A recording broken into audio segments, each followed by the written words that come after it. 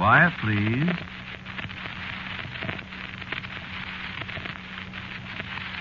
Quiet, please.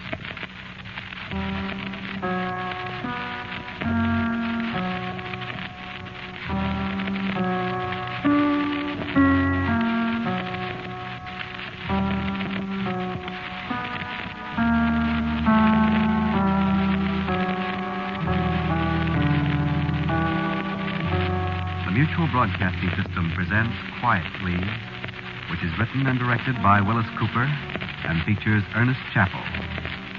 Quiet, Please for tonight is called Not Enough Time.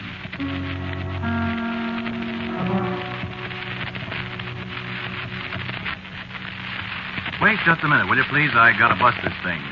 I'll only be a minute.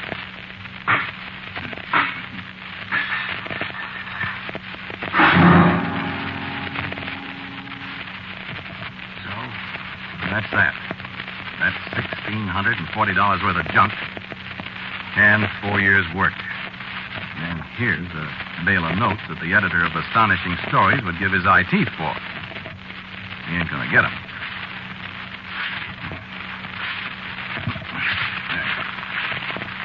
Yeah, that is strictly that. No, it was a time machine. Yeah, one of those gadgets to travel in time. You know, turn it on and it takes you back 50 years and so on. You know, like Alley-Oop in the funny paper, like the stories H.G. Wells wrote. You know. Yeah, this was the dial you set for how far you wanted to go in time. And this was the decambulator.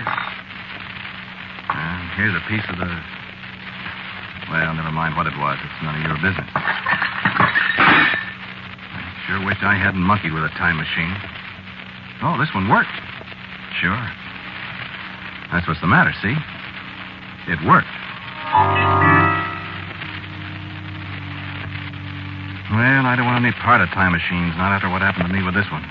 You can make one for yourself if you want to, and if you can, but you're not going to get any help from me. Oh, they can be made all right. Me, I'm just a bumble-fingered mechanic out of a garage, and I made one.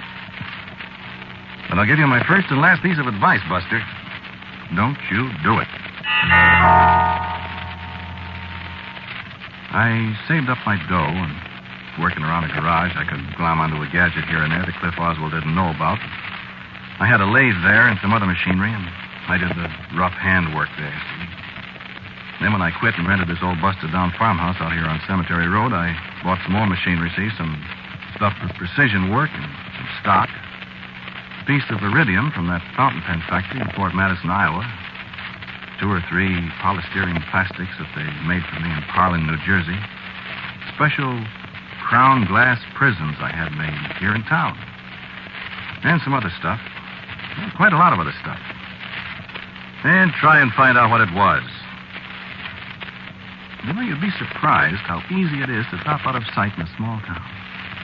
This place here is way out in the sticks past the cemetery, off on a side road that nobody's used for 20, 30 years.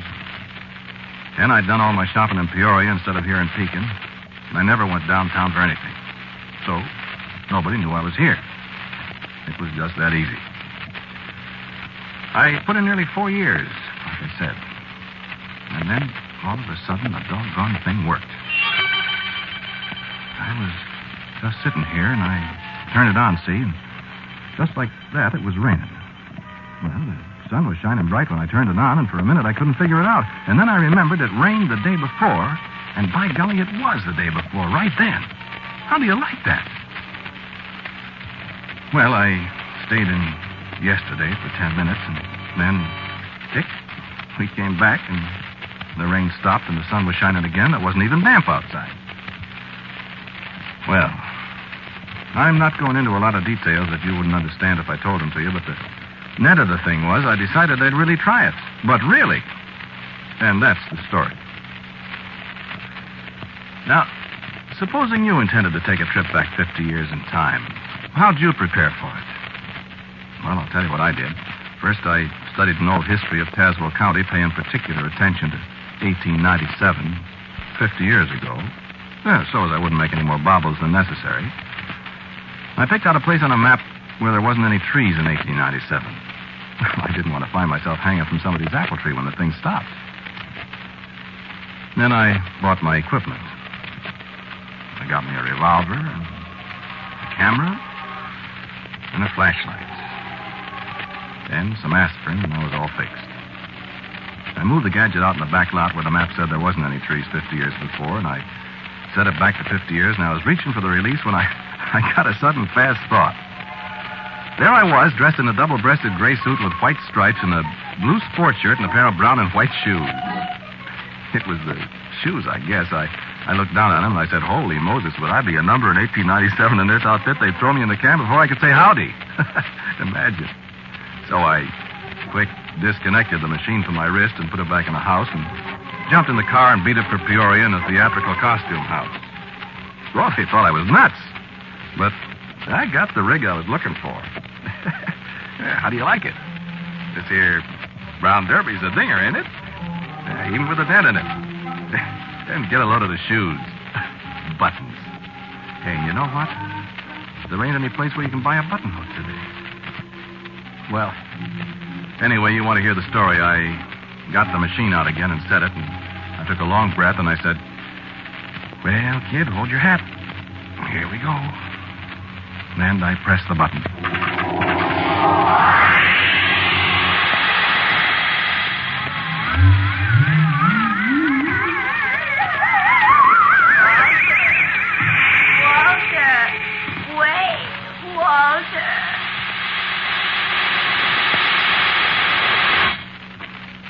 By golly, I thought I heard somebody calling me.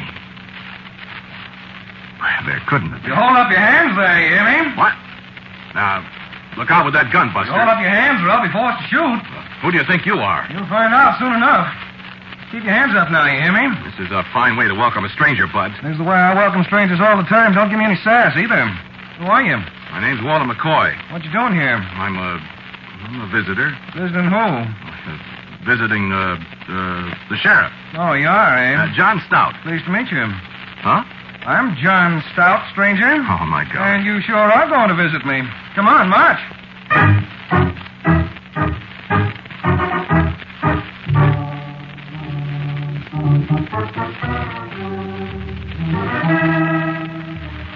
You see? Smart guy, me. I told you I studied that history of Tazewell County till my head hurt. The only name I could think of when this guy popped up from behind a hedge was the sheriff. Well, John Stout marched me over to a horse and buggy, and he buttoned me to a stanchion with the biggest pair of rusty handcuffs I ever saw and said, "Get out, Queenie," and away we went to the jailhouse. And my time machine lying on the ground out there 2 miles from where I was looking out of an iron-barred window. And it was all set to come back to 1947 in just 24 hours, whether I was there or not. How do you like that?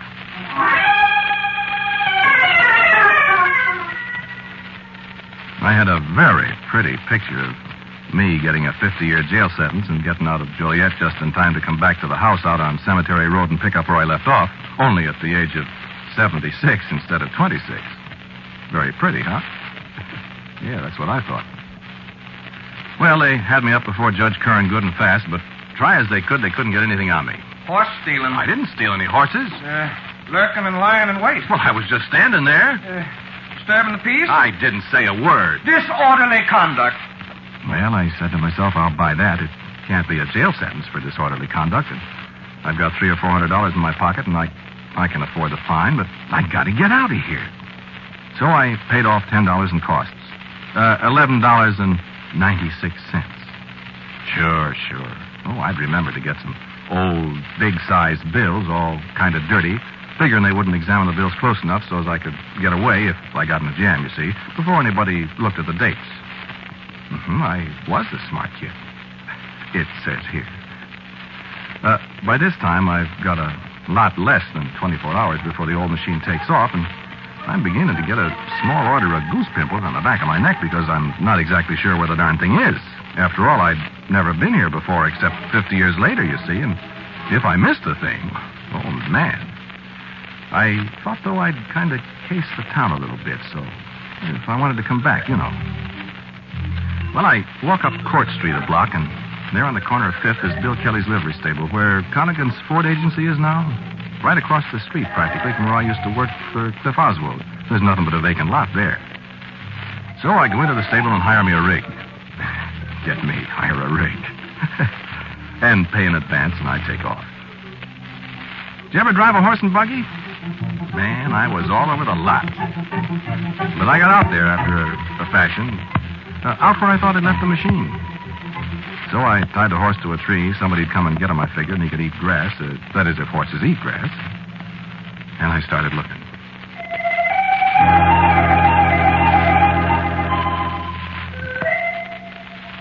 It was just a great big field, see? No landmarks of any kind. I got more and more panicky because that old clock was going round and round and round.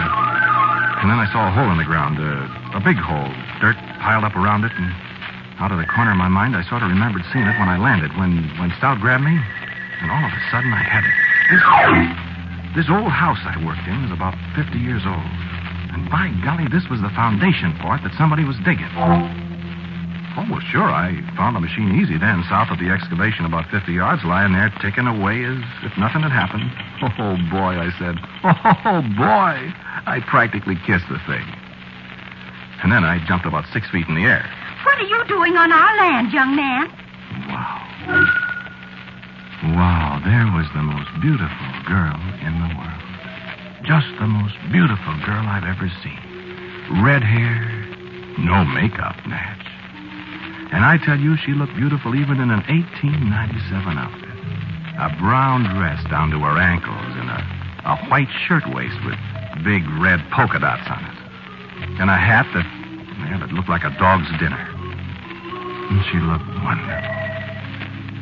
And she pointed those big blue eyes at me, and she said again, "What are you doing on our land?" And when I could get my breath, I said, "Who are you, lady?" "My father and I merely happen to be the owners of this land, that's all." "Well, lady, I'm sorry." "You're trespassing." "Well, I'm sorry. I used to live there in that house you're going to build." "What?" I'm going to live in, my name is Walter McCoy. "Well, I'll thank you to get off our land, Mr. Walter McCoy." Yeah, sure. Sure, I'll get off. "Right away." Yes, ma'am. "Well, go on." "Well, lady, what's your name?" "Carrie McKinstry. Miss Carrie McKinstry, so there." Carrie McKinstry. Gee. "Sir?" "We're both Macs, Carrie." "How dare you?" "What?" "A gentleman would address me as Miss McKinstry, sir." "Sir. Well, I'll be darned." "I don't understand you." I said, look, we're both Macs, see? Maybe you're Irish, too." "Are you Irish?" "Irish descent." "So are we." "Well, what do you know?" "About what?" "Hello, Irish." "Sir?" "You're fresh." "You're beautiful." "Take care, sir." Hey, do people really talk like that? "What people?" Do you live around here? "On Analyzer Street, down near the firehouse." Well, what you doing out here? You ask an awful lot of questions. Well, I'm interested. "You're a masher." A what? "A masher. Don't you try to mash me." My gosh, Miss McKinstry, I wouldn't hurt you. "You certainly talk strangely, Mr. McCoy." Well, I come from a long way from here, see? "Are you a drummer?" No, I used to play a little piano when I was a kid. "I mean a traveling man." Well, yes. Yes, you might say I'm a traveling man. Yes, I guess I am. "What are you doing here?" Traveling, I guess. "Well, then, you travel." Listen, Miss McCarry, I have to wait a while. "Why?" Well, What's that machine thing there? It's a gadget. Oh. Look, I have to wait a little while, Carrie. Let's you and me sit down and talk for a minute, will you? Not in the habit of talking to persons I don't know, Mr. McCoy. You know me. You just call me by name.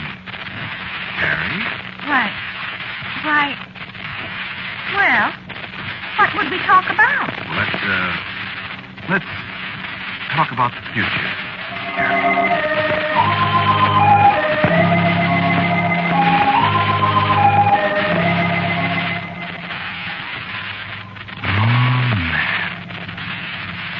Did you ever hear of love at first sight? Yeah, I always thought it was bunk, too. It ain't? No.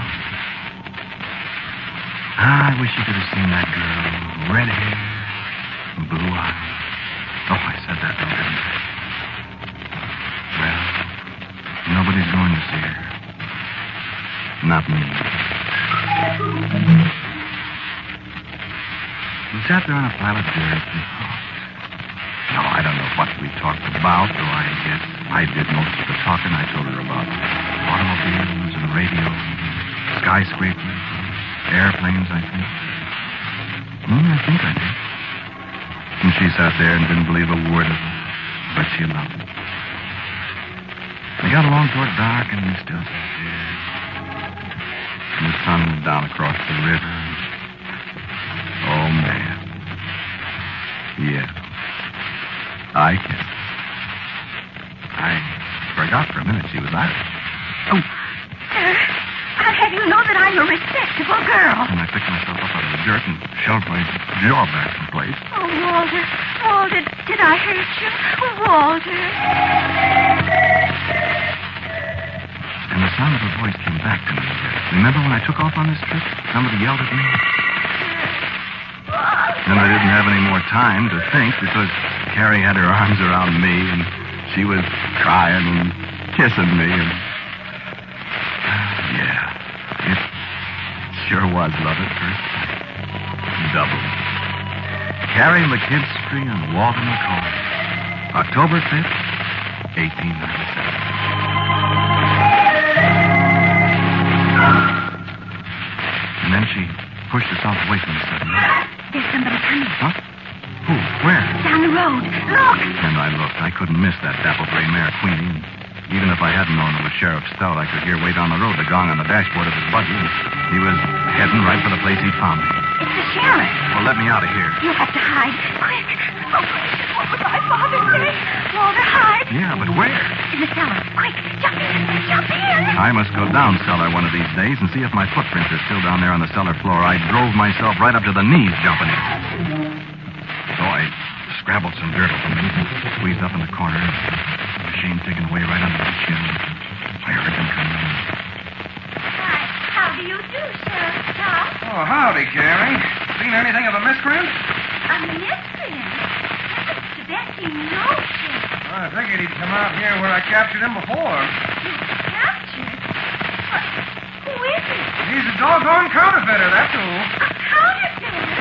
Picked him up for disorderly conduct, and he paid his fine, and all the coins was dated from 1932 to 1947. Oh, the fool. 50 years from now. Oh, no, Sheriff. My goodness, yes. But he ain't going to take me in. Put him in jail for 100 years. Sure you ain't seen him, Carrie? And I waited in the dirt, holding my breath. I waited 10 years. No. No, Sheriff. I haven't seen anybody. Well, all right. If you do, though, Carrie, let me know. Might even be some kind of reward. All right. All right, I will.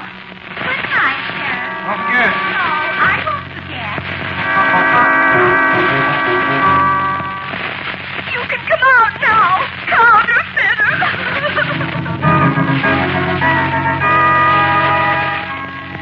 Did I say she had red hair? Brother, I've been chewed out by extras, I thought. But Carrie, she threw the book at me. And all the time crying, that was rugged. Well, finally, when she slowed down, I started to talk. Look, I was in love with her.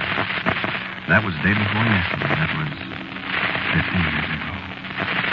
So I confessed. I told her all about the machine and how I had to come back with her and be stuck here. No, she didn't believe me at first, but after a while, I guess I convinced her. I know I convinced her. And I told her I was in love with her. The moon was coming up. She told me she thought she was in love with me. She knew she was in love with me. There's a fix to be in, brother. Well, You can't stay here, Walter. I guess not, but... Oh, Walter, I do love you. I'm a shameless woman, but I love you.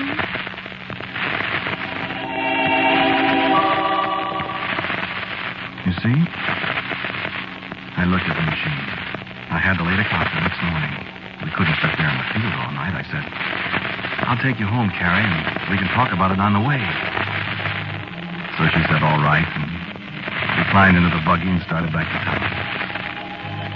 You know, you can say what you want to about this world we got today, but you've never been riding along an unpaved road with a hedge fence along one side and big elm trees lining the other side and a lap robe over your knees. And the big round harvest moon shining down above the hills up towards Billy Moore's place. And lonesome little lights from kerosene lamps shining out of windows off in the distance. And the girl inside. That was a pretty good world they had 50 years ago. A pretty good world. I wish we had it now. Yeah, I should have stayed. But I didn't. Well, we got to her house. There wasn't anybody home. I thought it was a railroad man who was out on a run somewhere, Decatur or Springfield or Bloomington or somewhere. We went to the house. I'd seen pictures. She lit a kerosene lamp, and there it was.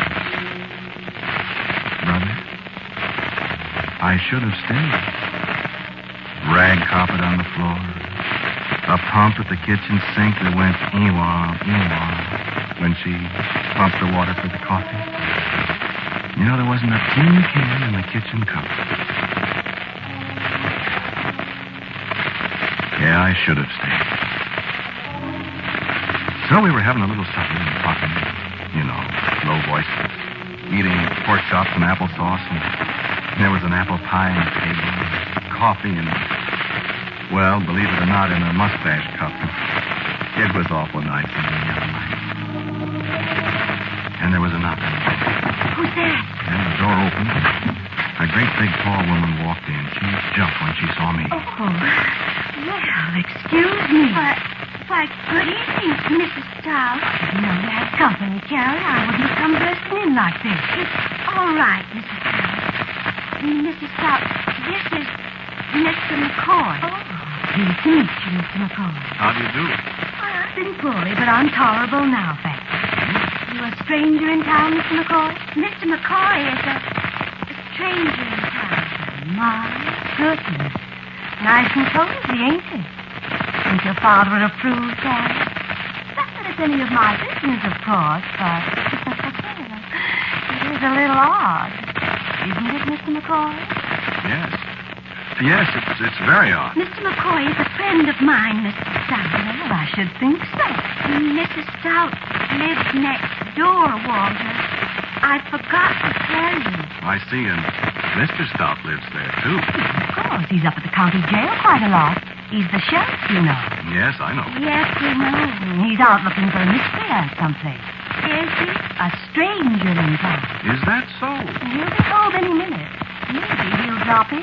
Oh, well, I gotta be going. Yes, Walter is in a hurry.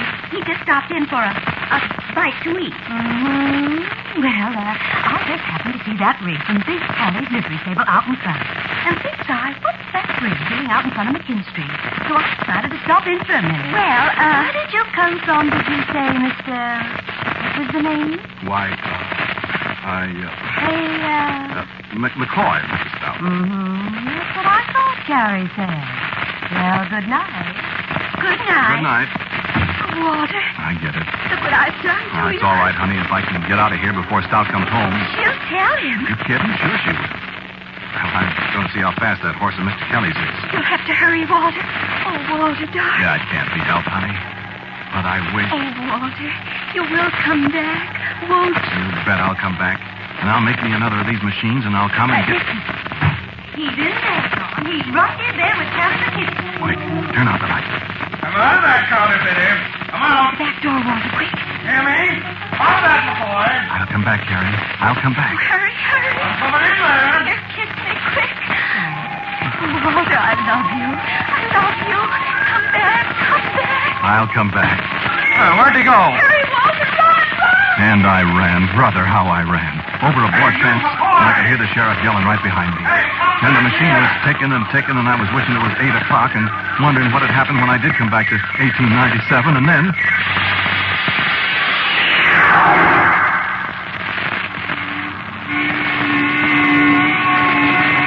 And I was dodging an automobile in a street in Pekin, Illinois in 1947. The machine was set for 8 o'clock, and it was 8 o'clock, only 12 hours earlier than I figured. So I walked on out here. I kept wondering what happened to Sheriff Stout when I disappeared. What happened to Bill Kelly's horse and buggy? And what happened to Carrie McKinstry? Well, I came in the house. I turned on the light. I didn't see anybody at first. I heard her voice first. Walter. And there in my easy chair was an old woman. And she spoke to me again. I waited so long. 50 years. I've waited, Walter. And you didn't come back.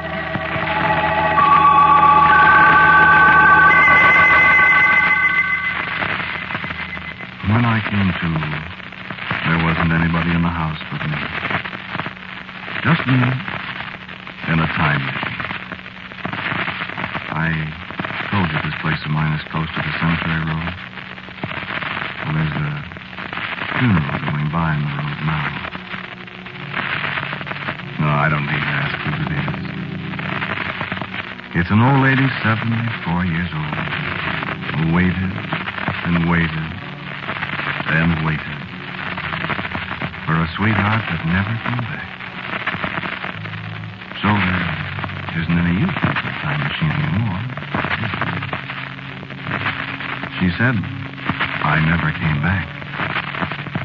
Then she knew.